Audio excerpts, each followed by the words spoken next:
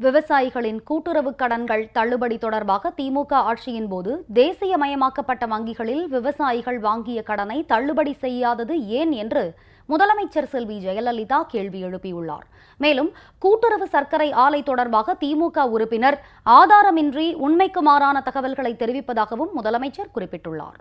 தமிழக சட்டப்பேரவையில் ஆளுநர் உரைக்கு நன்றி தெரிவிக்கும் தீர்மானத்தின் மீதான விவாதத்தில் திமுக உறுப்பினர் திரு பொன்முடி பேச்சின் போது குறுக்கிட்டு விளக்கமளித்த முதலமைச்சர் செல்வி ஜெயலலிதா, கூட்டுறவு வங்கிகளில் விவசாயிகளின் கடன் தள்ளுபடி தொடர்பாக திமுக ஆட்சி காலத்தில் மேற்கொள்ளப்பட்ட நடைமுறை என்ன என்று கேள்வி எழுப்பினார்.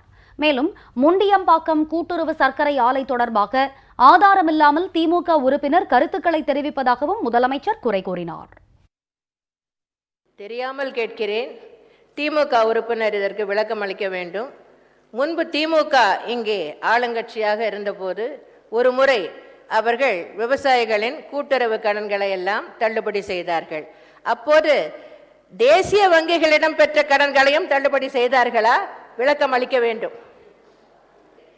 எதிர்க்கட்சி தலைவராக நான் இந்த அவைக்கு வந்து முன்பு கேட்ட கேள்விக்கு 2006ஆம் ஆண்டு அன்றைய திமுக நிதி அமைச்சர் திரு அன்பழகன் அவர்கள் எனக்கு என்ன பதில் அளித்தார் தெரியுமா? இதே போன்ற கேள்வியை நான் கேட்டேன்.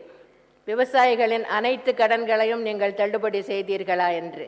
அதற்கு அன்றைய திமுக நிதி அமைச்சர் திரு அன்பழகன் அவர்கள் தெரிவித்த பதில், மாமன் மச்சான் வாங்கிய கடன்களை எல்லாம் தள்ளுபடி செய்ய முடியாது என ஏகடியம் பேசினார் என்பதை தெரிவித்துக் கொள்கிறேன். மாண்புமிகு உறுப்பினர் அவர்கள் எல்லா குற்றச்சாட்டுகளையும் ஆதாரம் இல்லாமல் தான் கூறிக்கொண்டிருக்கிறார். ஏற்கனவே முண்டியம்பாக்கம் சர்க்கரை ஆலையை பற்றி பேசினார். அங்கே இப்படி சொன்னார்கள், அப்படி சொன்னார்கள் என்று பல குற்றச்சாட்டுகளை சொன்னார்.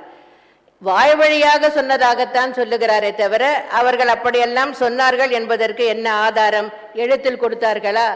அதை போலவே இப்பொழுதும் ஒரு அதிகாரி சில தகவல்களை தெரிவித்தார் என்று சொல்லுகிறார்.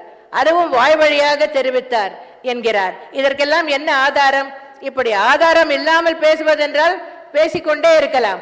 ஆகவே ஆதாரம் இல்லாமல் சொன்ன குற்றச்சாட்டுகள் அனைத்தையும் அவை குறிப்பிலிருந்து தாங்கள் நீக்க வேண்டும் என்று கேட்டுக்கொள்கிறேன்.